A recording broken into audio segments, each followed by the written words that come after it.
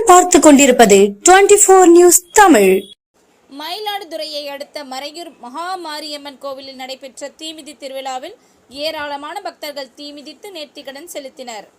மயிலாடுதுறை மாவட்டம் மயிலாடுதுறை அருகே உள்ள மறையூர் கிராமத்தில் பழமை வாய்ந்த மகாமாரியம்மன் கோவில் உள்ளது.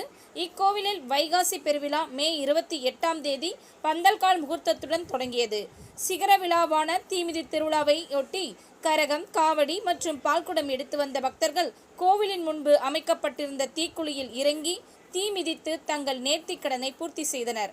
இதில் பக்தர்கள் சிலர் 16 அடி அலகு குத்தி தீ மிதித்து பக்தர்களை பக்தி பரவசத்தில் ஆழ்த்தியது. தொடர்ந்து தீக்குழியின் முன்பு சிறப்பு அலங்காரத்தில் எழுந்தருள செய்யப்பட்ட மகாமாரியம்மனுக்கு மகா தீபாராதனை காட்டப்பட்டது. இதில் ஏராளமான பக்தர்கள் கலந்து கொண்டு வழிபாடு நடத்தினர்.